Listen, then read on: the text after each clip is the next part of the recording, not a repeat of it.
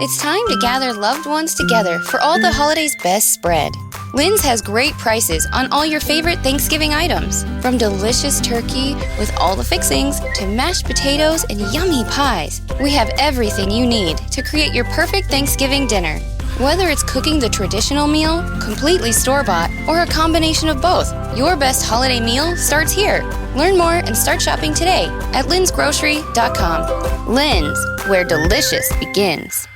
The views and opinions expressed by A Little Bit Culty are those of the hosts and do not necessarily reflect the official policy or position of the podcast. Any content provided by our guests, bloggers, sponsors, or authors are of their opinion and are not intended to malign any religion, group, club, organization, business individual, anyone, or anything.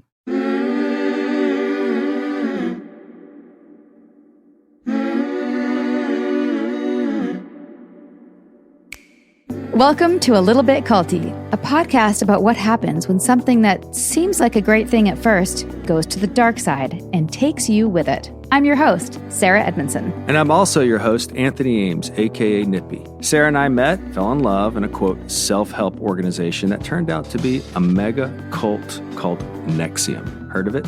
We got out of there together, and on our way out, we helped shut it down.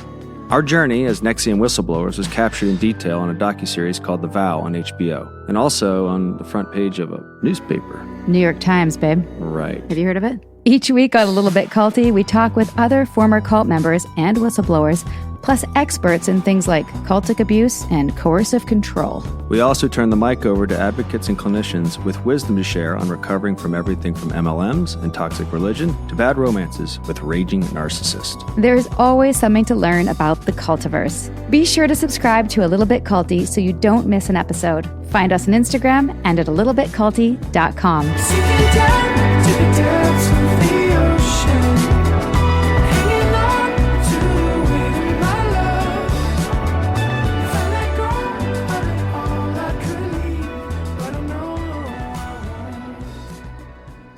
Here we are. Ask me anything, Sarah. Well, this has been a long time coming. We've actually been getting questions from the audience over email, and then we posted on Instagram and curated an incredible list. Unfortunately, we're not going to get to all of them, but here are the answers to some of our favorites, unless there's anything else you want to cover first. You look like you're up to something. I don't know. I'm looking at you and like there's something up your sleeve, like you're some surprise. No. I just didn't let you plan the whole thing. So let's just go on there and let her rip. I could not plan. I mean, it's hard, but I can not plan. So before the questions, just an announcement, another, I feel like when I say that, I have like a little mini flashback being in front of the class back in the cult days where I've got a clipboard and I'm like covering all the, like you next really Saturday. Were that I was the cruise director. I was like, so don't forget, Friday we have a potluck at the beach followed by volleyball, which I never played, but people played. And we'd have like, vegetarian potluck. And then I'd be like a Saturday class, ethos. And next Sunday, don't forget, Nancy's in town and we're going to be doing a coach. That's what my dad says. Just keep her peppy. I was so peppy. Ugh. Anyway, I'm going to turn that peppiness into more future awesome episodes. That's right. So again, so appreciate the list of suggestions. Some of the things we wanted to tell you that we have in the works for sure, so you don't have to keep suggesting these ones, are Hillsong, OBS, Landmark. No doubt. Still working on that, but it's coming. Don't worry. One Taste. If you haven't heard about that, look it up. It's crazy town. Just the name. Some different shamanic retreat centers and some treat centers where people are allegedly using various psychedelics for healing. QAnon, Playboy Mansion. The cult of wokeness. You can say that we are hoping that Evan Rachel Wood will come on our show and in touch with her and working on that. So again, stay tuned. And Eckhart. Yeah, so if somebody wrote like, why would you interview Eckhart? That's a cult too. And what's crazy is that we've been in talks about what makes toxic spirituality. And similarly to Cameron Harold talking about corporate culture, Eckhart will be in a similar position. How does he know there's not toxicity in his organization? And some cult experts would warn me against such things, but I think it's an interesting conversation. No, he's an interesting guy, obviously. Yeah. We had some good conversations with him. He's very open and has been actually quite helpful in my healing in a not culty way. believe it or not. A couple lunches isn't very culty. No, I didn't get any sashes or pay for anything. So Nippy from Red Point 12, thank you so much for your great podcast. I've been watching The Vow. Keith comes off as so slimy and repulsive, but he had to have been charismatic to pull it off. Was he both? Did anyone out and out tell him he was a creep? I think eventually people out and out told him he was a creep. I'll answer it this way. You have to understand, Keith was able to get to a lot of influential people. Now, a lot of people will go, oh, I never would have fallen for that, blah, blah. And you're probably right. And you're not our audience. But to the people that look at that and see the slimy, like he was different with different people and he was effective. He was able to get to the Dalai Lama. He was able to get to CEOs and have them come do our training. So he was doing a lot of things right. And I think, when you watch The Vow, they're not going to show that past a certain point, right, Sarah? Like they showed how we got in. It's hard also to put yourself in a situation where you take dozens of hours of training where somebody is edified as to being, the smartest, one of the smartest people in the world and a problem solver and the creator of this amazing, quote, technology. If everyone around you and all the leadership that you already admire and already put on a pedestal are saying things about them, if you're not a skeptic and you don't have the tools for the red flags, you're going to believe them because why would people lie about such things? I mean, we know now why, but put yourself back in that position. By the time you meet him, you're already, at least for me, I was already really respected him. I wasn't looking at him as a, Your skepticism had been turned off a little bit. My skepticism had been turned off. And also I respected what he had built, but I wasn't like, oh, is he attractive or not attractive? I wasn't seeing him through that filter.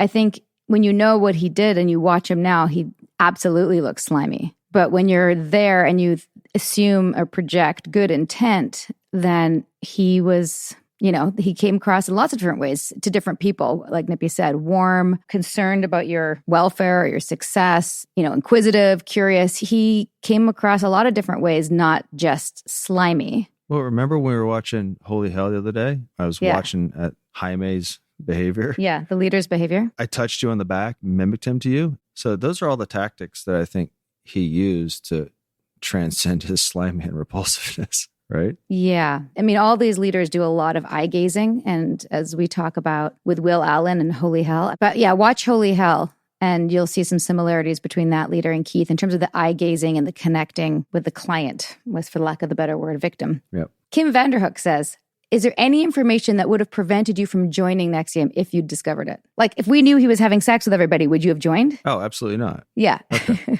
If you knew that it was a front for his personal harem, would you have joined? Yeah, who Keith really was. Yeah. And any of the things we know now, I think would have stopped us in our tracks. No name given. So this is an anonymous person. Do you feel like from start to finish, you were given false information on ESP or NXIVM and what they had to offer? Or do you think that the program itself changed at a certain point to become corrupt? Like, was it created with good intention and turned dark? Well, we've since learned that Keith knew what he was doing from the beginning.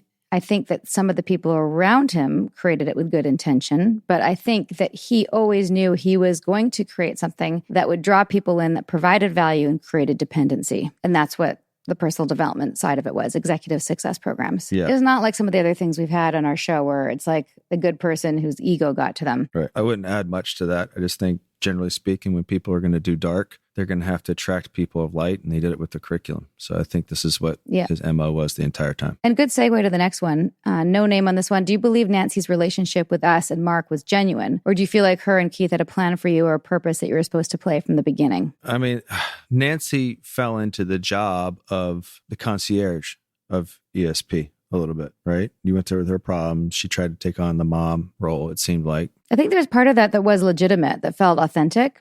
But it was also, she always saw everybody as like, what can you do to serve the company? Yes. And she saw, especially Mark and I, as like recruiters and bringing, Hollywood to them and using us as that, like, it's access to VIPs. Yeah. Well, her EMs always came down to what was best for the company in the name of your growth. Yeah.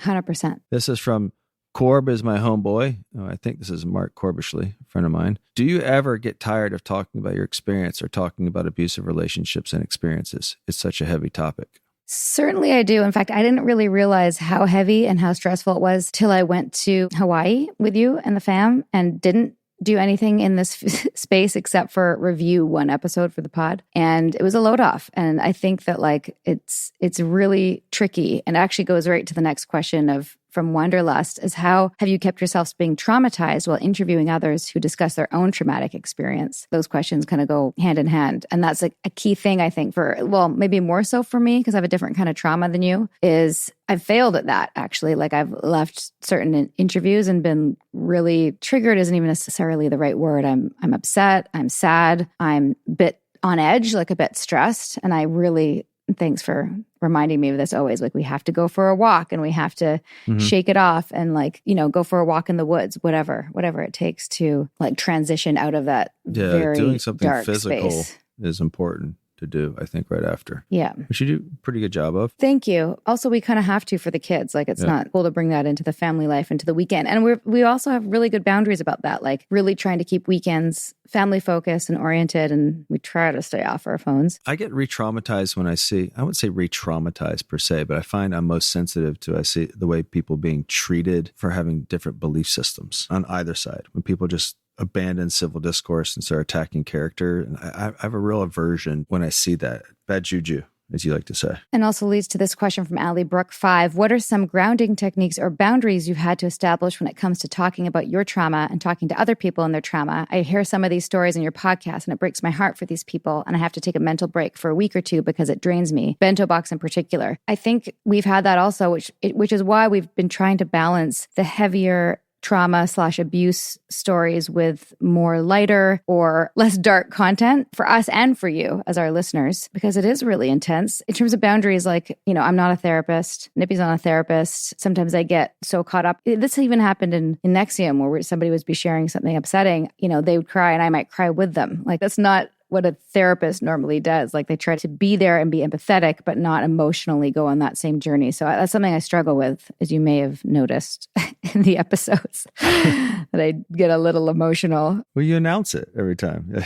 Well, I was teasing her about it the other day. Like, be sure to announce that you're emotional in this podcast. It's great. No, I'm a little it's verklempt. the soul. It's the soul. I'm a little emotional. Yeah. But I also feel like there's an element of that that's cathartic for me. It just because I'm emotional isn't bad. Like I have felt a lot of healing for my own journey as I relate to other people going through similar things and feeling less alone and feeling meaning in being able to create content about this for people that helps other people. I don't know, that really, you know, I get emotional about that too. And that's very positive. Yeah. What? Yeah. I'm not crying. No, I am not crying. I like I'm not that about cry. You. I think it's an admirable characteristic. No, thanks. I don't necessarily use grounding techniques, but in terms of boundaries. You do grounding. I think working out is your grounding. Yeah, that is Mine's yoga, literally going and lying on the ground. I've talked about this many times. Epsom salt bath. Nippy plays basketball. I eat grounding foods. I have this like hot turmeric drink that I drink at night that helps me sleep. Not going to say the name because I want them to be a sponsor. Working on it. This is from Sophia. Do you ever think you will have a relationship with Lauren again? I personally hope so.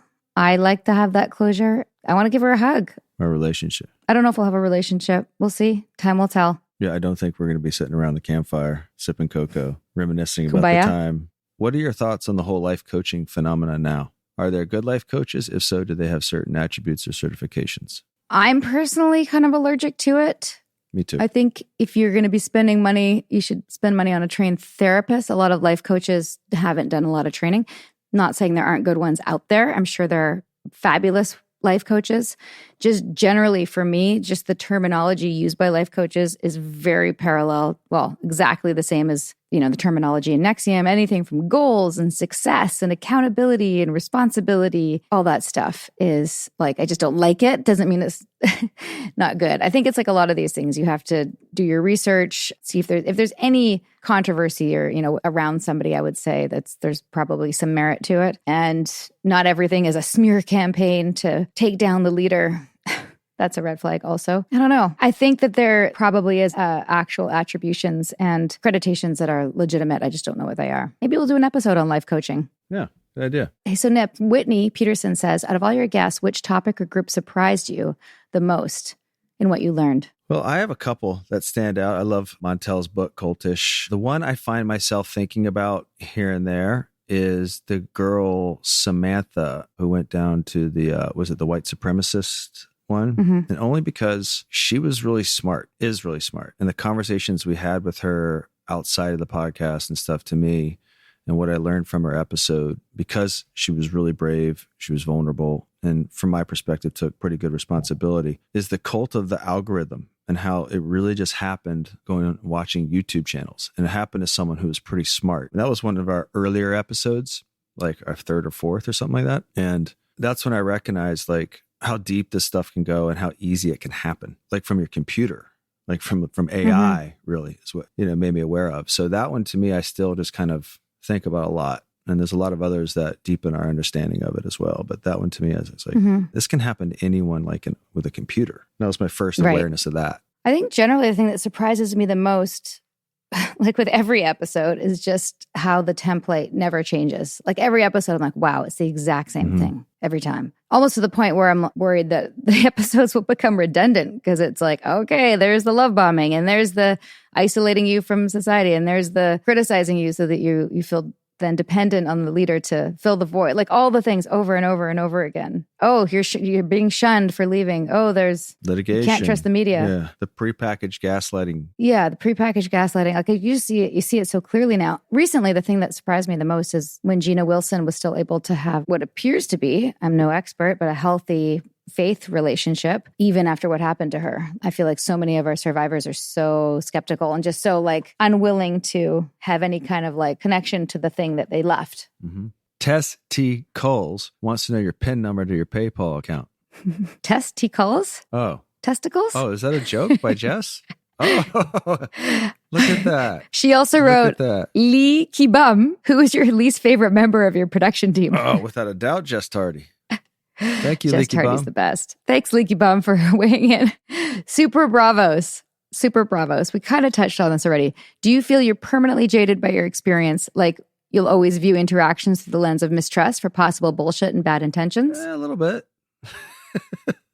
A little bit. Yep. It's really hard to know what's what. I just kind of go, when someone makes a bold assertion about themselves, I'm kind of like, probably not. Probably not. Back to the top here. So Meredith Turner asks, I'm rewatching The Vow and noticing so many wild claims by Keith Raniere that are never challenged or questioned. Like when he meets Allison Mack for the first time and claims that art is pointless, what tactics did he use to create an environment for room without questioning? Was it subtle and or direct messaging from other members before you met him that you never question him? Or was it an unspoken understanding? Was everything he said so word salady that coming up with a question was impossible? Is there a way to recognize when these tactics are being used in the moment? I have thoughts. You go first. So people did question, and the tactics that were used, I think we've covered a lot of them. Gaslighting is a big one, making it your misunderstanding of the problem rather than what it is that you're seeing. To interject, Nippy, when you say when people questioned, nobody ever stood up and was like, what the fuck? This is bullshit. That went on not in front of him. People were like, what the fuck with the sashes? What the fuck? At least when I did it my first time, people wanted to get rid of the sashes and the rules and rituals for the 5-day. People are like, it's too much for people. Maybe if they come to the second, 6th day. And they did that for a while. Yeah, but once we were in and like once we were bought in and there was like a forum where the upper ranks, if he did a forum, there'd always be a microphone at the end to ask questions. People would come up and it would be more like, I see this, but I'm also wondering, like, that wasn't totally my experience. And then he'd come back with some sort of like basically underhanded thing about the nature of why they were asking that in the first place and how that related to their life issue. Sometimes people would even get in trouble for asking something of Keith. The rule was if you can find that information out elsewhere, don't ask Keith. It's a waste of his time. First of all, you only ask him things that only he can answer, right? So that was one thing. Well, it was also a way of controlling the questioning. Yeah. So it had to be, in a way, really personal and meaningful. I think you even see this in The Vow, and we're going to rewatch it soon. Like, I don't even remember this because asking questions was very traumatic, but I did stand up and say something that didn't feel right. And I got humiliated, if I recall. That was sort of how, even if I asked a question and I smiled, especially if it was in the Jeunesse program, he would smile back at me and indicate that I'm being flirtatious, right? And then I'm embarrassed. And then I don't ask a question for another decade. So he's shaming you. It's cancel culture. Yeah. It's his version of cancel culture. Yeah. And then other people see that and go, okay. Why would I want to put myself through that? Yeah, you're basically being under a microscope in front of him and the leadership, exposing your deepest vulnerabilities. Because if I ask anything about parenting or my relationship or the meaning of life, whatever I ask will expose my issue. So people learn to I probably asked 3 or 4 questions my whole time there in public. Standing up in front of with the mic and asking a question to Keith. But generally, if you had a question, more of a concern, you were always instructed to never go to your downline or to people that you coach. You always had to go up. So that means somebody of higher authority in the ranking system. And I would, often go to Mark or to Barb Boucher in the early years, and they would, either EM me or they would have me go back and journal on it. It was never, thanks for that feedback. Let's incorporate it. To answer the specific question, was it unspoken understanding? There was for sure an unspoken understanding, but only when you went to Albany. There wasn't unspoken understandings with the majority of the time we spent outside of there. The closer you got, the more the unspoken understandings, I felt them more. Yeah. Is there a way to recognize? Yeah. If you can't question the person, that's the person you need to be afraid of. If there's anything you can't question under good faith and have a civil discourse and there's repercussions for it, that's probably the person that's abusing power, right? Yeah. In any hierarchy, in any domain, that's the case. You can't come ask me a question.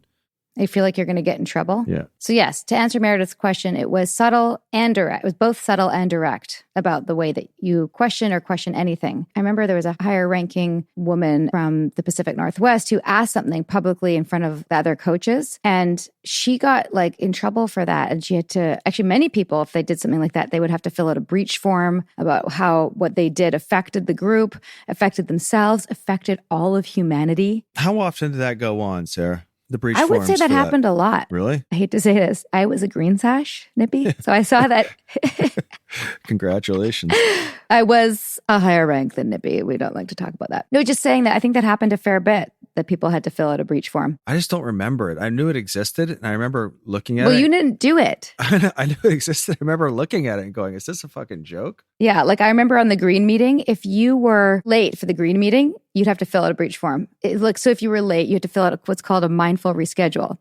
Is this a mindful reschedule? Why or why not? Okay, so somebody wrote, I'm not going to say her name. No, I failed to be mindful and enter my coach points. If this is not mindful, is it a breach, and what are the effects? So she wrote, breaches are far-reaching. I continue to live my life reactively and not put into place the tools and habits I know are there to avoid failing when there doesn't need to be a failure. It's a decision of laziness and comfort over change and proactivity. By making the decision to do this and having failures that aren't real failures of missing data, but a failure in choosing to push and be more successful, I limit my own belief in myself, what I'm capable of achieving, the tools of ESP and what they're capable of achieving, and hold the team and center back dealing with small, piddly things rather than things that truly need our time, effort, and resources. Jesus. That's what the person wrote about not entering their coach points. How did you communicate this failure? What steps did you take? No, I didn't. So I'm sending the breach form now. How did they respond? To be determined.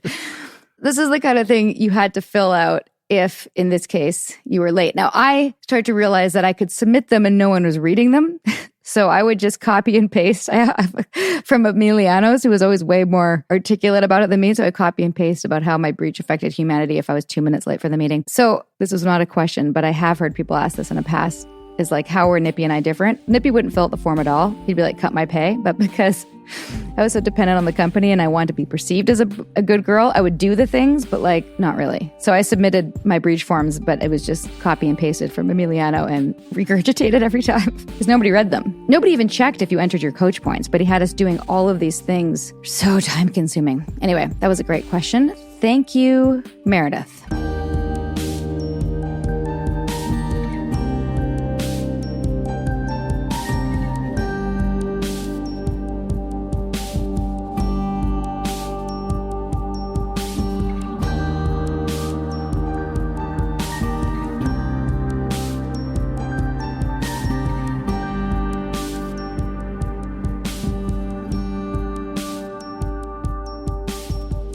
We tell our stories. We change the world. A Little Bit Culty is proud to support the #IGotOut project, which empowers survivors of cultic abuse to share their stories online as a catalyst for education, prevention, and healing. Learn more about the #IGotOut movement and find resources at igotout.org.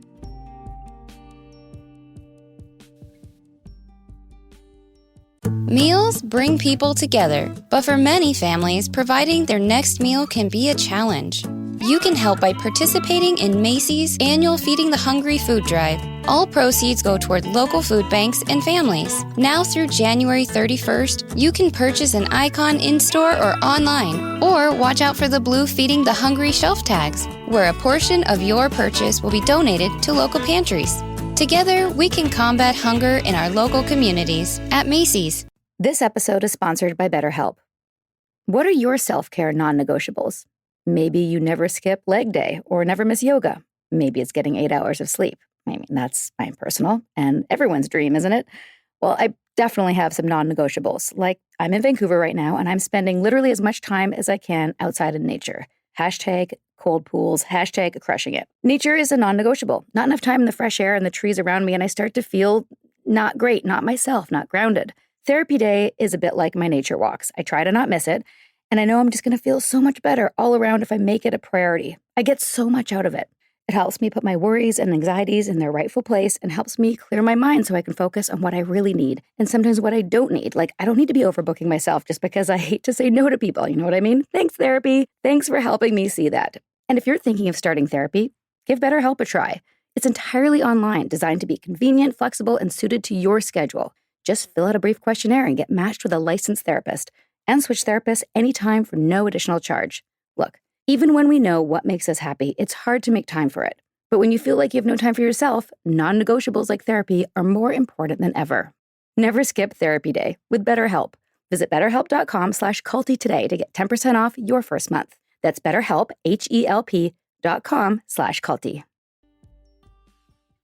What sort of advice do you have for people to protect themselves from further emotional or legal harm if they are fearful of retaliation, legally, emotionally, and otherwise? I mean, it's so hard. Right from the beginning, a number of experts are like, take care of yourself before you go into activist mode. And I was so, hurt by the betrayal, but also just enraged that this could go on, that wasn't really an option for me. So I kind of was working on my healing whilst, dealing with all the legal stuff and trying to expose what was happening. So like protecting yourself emotionally, if you can find a good cult-informed, trauma-informed therapist, and we'll have some episodes coming up about that, but always recommend a lawyer if that's the route that you need to go. Retaliation from the group is a very real thing, but I think it's as the cult awareness golden era continues, it's less likely because there's all these templates now that are exposing coercive control. Yeah, there's an understanding of it now. Yeah, in the legal system that's different thanks to the case with Keith and also R. Kelly and Epstein. Like, this is prosecutable in a different way now. I don't know. What do you think, Nip? I would also add, say no. Yeah. I say no to a fault. Sarah says yes to a fault. I think that combination allows us to make, I'm not going to say perfect decisions, but decent decisions, good decisions, and set your boundaries, know them, and take care of your body. Like your health. A lot of people go to substance. We went to health and wellness, and I went to working out just because I knew stress was coming and I wanted to be physically okay, to kind of we were going to take a punch, right? That's what it felt like. We were going to take a punch in life from a force that we exposed. Yeah, we had one therapist say every day you got to sweat it out or cry it out. Right. From Lady Eternal 84, how have you managed to remain married after leaving NXIVM? Do you feel like you had to relearn or rediscover each other? No, like I said in one of our first episodes, this whole experience has confirmed the person I thought I married. Same here. Yeah. You make friends in life, and you don't really know what the friendship is until something externally threatens it, right? Or stress, or there's some sort of trauma that happens, and then the friendship is confirmed or it was false, right? Guys have a term of is he a foxhole guy? Meaning, if you were in a war, would you want that guy in your foxhole next to you? Would he stay and break every bone in his hand to defend, or a street fight, right? And I found out more people are that way than I thought. And I found out people that front that way or posture that they are that way aren't. And the whole basis of a friendship for me is if that moment happens and they don't come through, there's not a whole lot you can do to get the friendship back. I've seen your character. Yeah. Right. And similarly with the spouse that you choose or the woman you choose to be with, it's even more important to come through with that for the other person and for you to demonstrate that to me. I mean, that's what vulnerability is. I decide for you, I'm going to trust you with my heart and vice versa. Right. And yeah, it's been hard. We've had our moments, but our biggest fight is me getting in a fight with Siri. And then after the fight, Sarah was like, Siri was right. Yeah, and I was actually pissed. I was like, what the, how are you going to fucking side with Siri on this?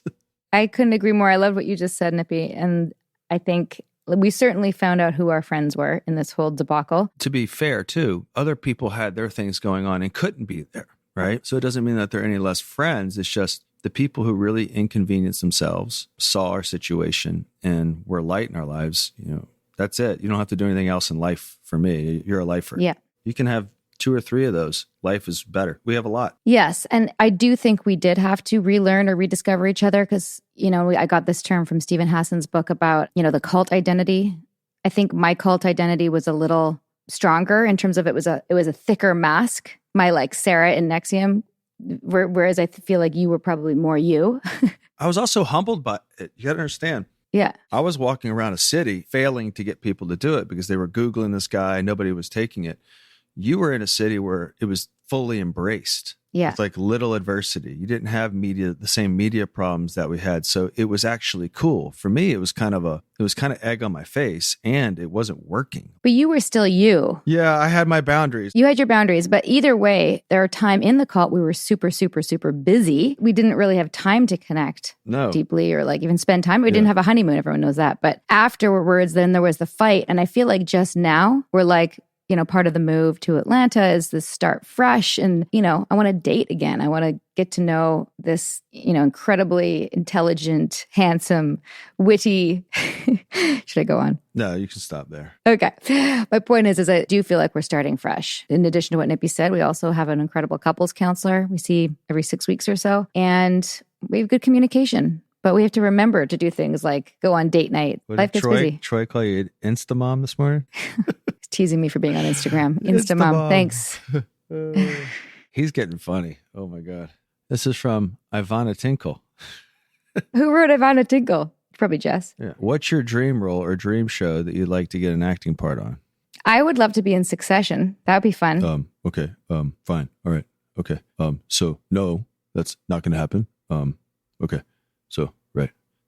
That is an impression of Nippy being Kendall Roy from Succession, who we fucking love. And we love the dialogue in, okay, yeah, what? All right, sure, in Succession. People who watch Succession will know what we're talking about. Apparently we need to watch Righteous Gemstones, which we have not yet. It is on the list. Righteous Gemstones been pounding down our throat. I keep thinking it's Uncut Gems. Uncut Gems. Uncut Gems. So we also want to, I'd love to be in any period piece from any period other than now.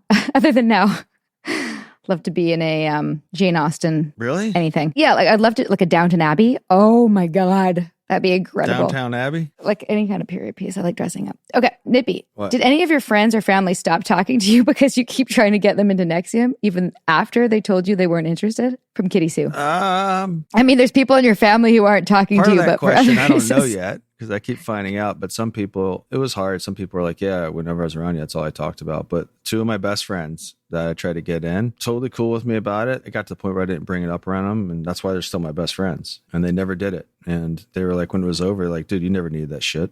It was so funny, the question, like when it was over. But, a couple people told me, yeah, it was hard to be around. If they're people who aren't talking to us, we don't know. Yeah. Like maybe a handful of people, I was like, you really should do this. But then I wasn't comfortable in that role. So it's probably like 4 or 5 people that I've since reconnected with and been like, yeah, dude, it was weird when you did that. I'm like, sorry. Like, hey, get it. Hope you're okay. That's been the extent of it. But no, it's mostly positive. Yeah, mostly positive, I would say for me too. Yeah, my real friends were just like happy to have me back. You're around them in a more authentic way. I had friends that I tried to enroll and didn't do it and I stopped. It was never brought up again. But there's certain people that like you're not trying to enroll anymore and then the friendship's different because it doesn't have that energy. There definitely is peripheral people that every time I saw them, I probably brought it up or like bugged them in some way. But my close friends that I've known for 2 decades that weren't going to do it, I still was telling them about what was going on in my life, but I wasn't trying to enroll them. Certainly it taints those relationships and there's a period of healing and forgiveness. But the ones that were like judgmental and tough on us when we were in, some of them like aren't at this point going to like watch The Vow or listen to the podcast and understand us better. They're still like, well, I knew it was a cult the whole time. So that's kind of hard. What? Do that voice again. Well, I knew it was a cult the whole time. No, it wasn't good. It wasn't quite as good. I knew it was a cult. Funny. I totally saw it was a cult. Everyone knew it was a cult. I tried to warn them. Reap what you sow. No, I don't know. I don't think there's that many people out there. It's kind of like, I don't know, when you see someone get the effect of what you thought was going on, I think generally for most people, their compassion kicks in. They're sorry it happened. Yeah, most people. Most people. And I think I've said this in another episode. Like if you say that you knew, then you're an asshole for not going to the police before us. So there. You're not really an asshole. Most people don't. Like you're talking about a very small margin of people. Most people were like, that seems a little off or weird or culty, but they couldn't figure out exactly what it was. And it was also balanced by what seemed to be that I seemed to be thriving. For me, Sarah, when people were like, how the fuck did you fall for that? Blah, blah, blah. For me, I'm like, I'm kind of agreeing with them. Like I make allowance for it. You know what I mean? Like, because those were our questions. Knowing what you know now, it's easy to go, could you fall for it? That's part of the reason why we do this podcast, so we can show what it looked like at the beginning. It's not even that we didn't have critical thinking, because this program was called a critical thinking program. We were just critically thinking based on a false assumption. Mm-hmm. The false assumption being that Keith is good. Like nobody would ever question that, because that would be ultimately suppressive, right? And would expose that you were suppressive based on the projection. One of the things that was kind of clever about it is that there was kind of a corporate environment of building a business, even though we were never really building it, which kind of made it have sort of a corporate feel when you were just away from all the stuff that we found out. Yeah. It did have that feel. You had like centers. Anywho. Hey, Culty listeners, lovers of cult busting content, ALBCers, Culty kids. We've gotten a lot of requests to put up a link where people can throw some funds up behind the podcast and help support what A Little Bit Culty is doing. And you know what? That's a great idea. Thank you for that. And as we've gotten to know other podcasters and learn more about this whole podcast thing, we've been learning that it takes a whole lot of different resources and different sources of revenue and listener support to keep it rolling. Sponsorships and ads and the occasional appeal to amazeballs listeners like you. That's why we added a way for anyone who wants to support the show to do exactly that. You can go to alittlebitculty.com/support, or the link in our Instagram bio, or smash that link in our show notes to make a one-time contribution or a recurring one. We will pay your support forward with a galactic level of love and light and healing resources, of course. Again, it's alittlebitculty.com/support, or check out the link in our Instagram bios. Next up, we really got to figure out what to call you, our listenership. ALBC Nation? Flying Monkeys? We're going to have to workshop that. Thanks, guys. Meals bring people together, but for many families, providing their next meal can be a challenge. You can help by participating in Macy's annual Feeding the Hungry food drive. All proceeds go toward local food banks and families. Now through January 31st, you can purchase an icon in-store or online, or watch out for the blue Feeding the Hungry shelf tags, where a portion of your purchase will be donated to local pantries. Together, we can combat hunger in our local communities at Macy's. This episode is sponsored by BetterHelp. What are your self-care non-negotiables? Maybe you never skip leg day or never miss yoga. Maybe it's getting 8 hours of sleep. I mean, that's my personal and everyone's dream, isn't it? Well, I definitely have some non-negotiables. Like, I'm in Vancouver right now, and I'm spending literally as much time as I can outside in nature. Hashtag cold pools, hashtag crushing it. Nature is a non-negotiable. Not enough time in the fresh air and the trees around me, and I start to feel not great, not myself, not grounded. Therapy day is a bit like my nature walks. I try to not miss it, and I know I'm just going to feel so much better all around if I make it a priority. I get so much out of it. It helps me put my worries and anxieties in their rightful place and helps me clear my mind so I can focus on what I really need and sometimes what I don't need. Like, I don't need to be overbooking myself just because I hate to say no to people. You know what I mean? Thanks, therapy. Thanks for helping me see that. And if you're thinking of starting therapy, give BetterHelp a try. It's entirely online, designed to be convenient, flexible, and suited to your schedule. Just fill out a brief questionnaire and get matched with a licensed therapist, and switch therapists anytime for no additional charge. Look, even when we know what makes us happy, it's hard to make time for it. But when you feel like you have no time for yourself, non-negotiables like therapy are more important than ever. Never skip therapy day with BetterHelp. Visit betterhelp.com/culty today to get 10% off your first month. That's BetterHelp, HELP.com/culty. Okay, a couple more questions here. Nippy, do you ever worry about falling into another good thing that turns out not to be so good?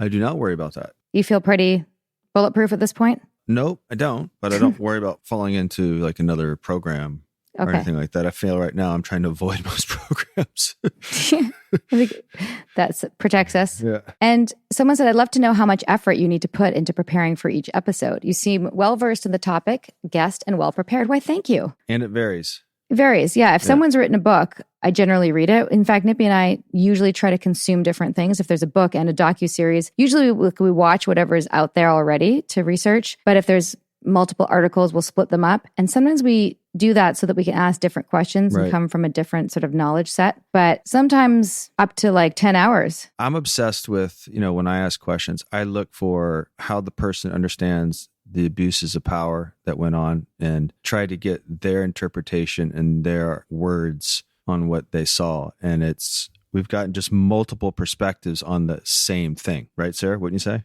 I mean, that's one of the things that we were saying earlier. We've gotten multiple perspectives, and where there was a deficit of language before, we have so many explanations for it and what it looks like and sounds like. And so hopefully our audience recognizes that it's undeniably going on out there. Here's how you can see it, and here's what it looks like, and here's what it sounds like, or here are the questions to ask when you see these symptoms, right? Yeah. And somebody asked if we're helping other people take down their leaders, and that bento box really disturbed and upset me, which was true. She said, or he, I'm not sure, Happy Chaos, are you doing things behind the scenes you can't talk about? Yeah, actually, there's lots going on to try to get people the resources that they need, media resources, legal resources. Well, there's an important distinction to make there too. Like, the objective isn't particularly to, quote, take down the leader.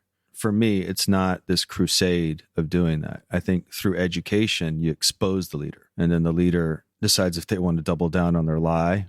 Right? You make it undeniable. People can get the research, right? People can read and read these articles and listen to these podcasts and go, maybe I don't want to be a part of that. And I can pull my life force away from it. Right? Yeah. It's just how to get sensitive to it and how to expose it, right? Totally. But truthfully, like, that can't be our lives. Maybe cult busters, like that. It's so back to the earlier question about like boundaries and trauma and stuff. Going through that with the bento box gang, as we call them, was really intense because we certainly were on that ride emotionally with them as they broke their news, as things went live. And then there's a Rolling Stone article that was written shortly after. We'll put a link to that in our show notes. So watching them go through that was rewarding in terms of like, people left that group because they saw the truth for what it was. Some people doubled down and stayed in, which of course happens in every group, but many people left and got friends out, and there was a whole flurry of things behind the scenes and will continue people were being and continue to be right. So people were stopped from getting on planes because they were going to go to a retreat, and like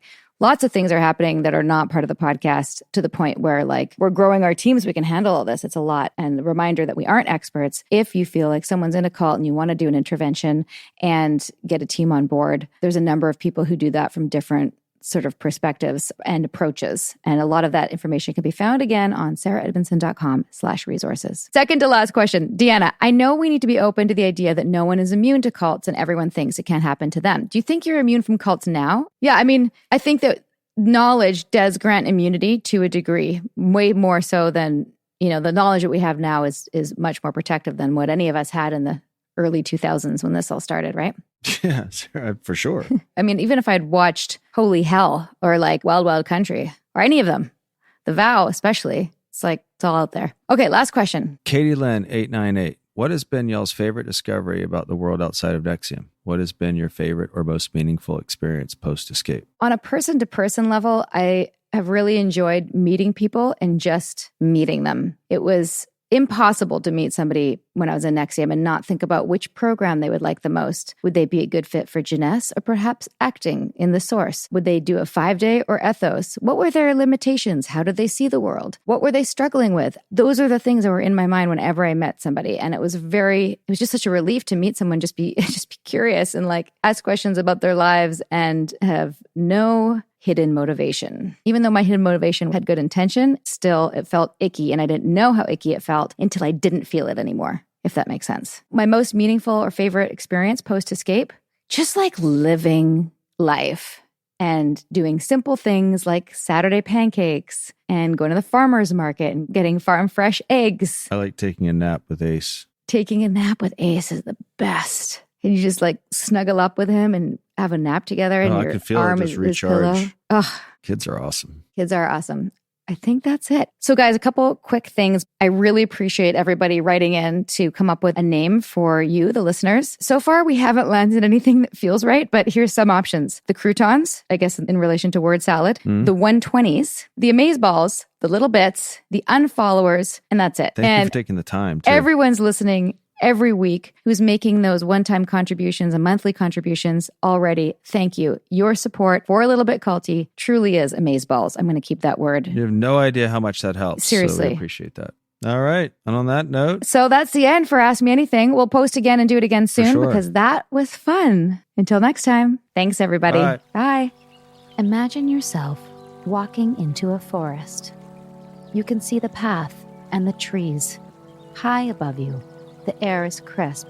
You are walking towards your happy place. Allegedly, say it with me.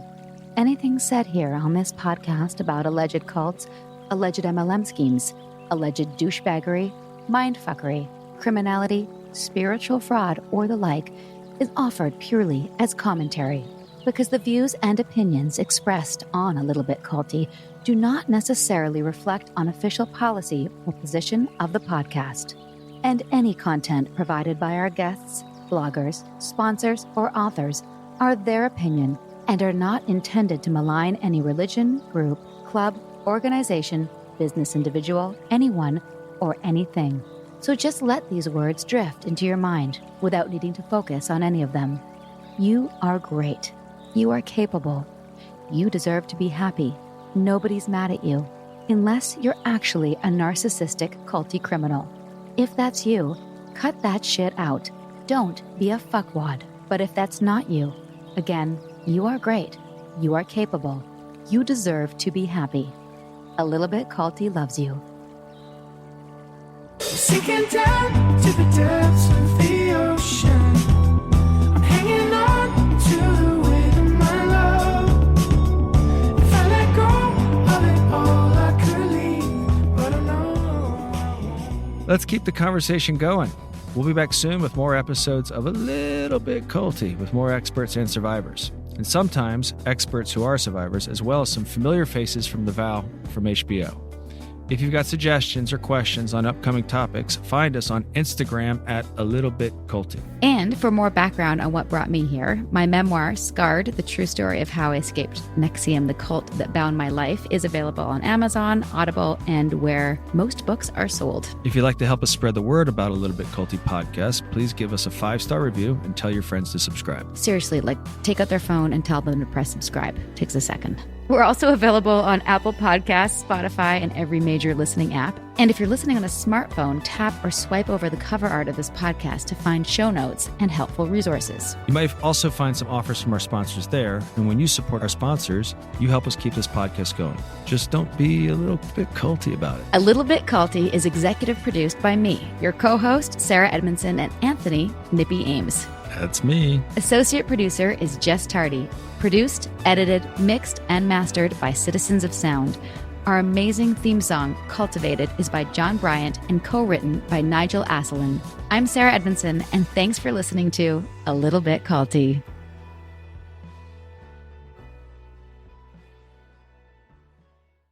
What is your pre-show ritual? I mean, yeah, occasionally I'll probably have a on stage. It loosens you up, doesn't it?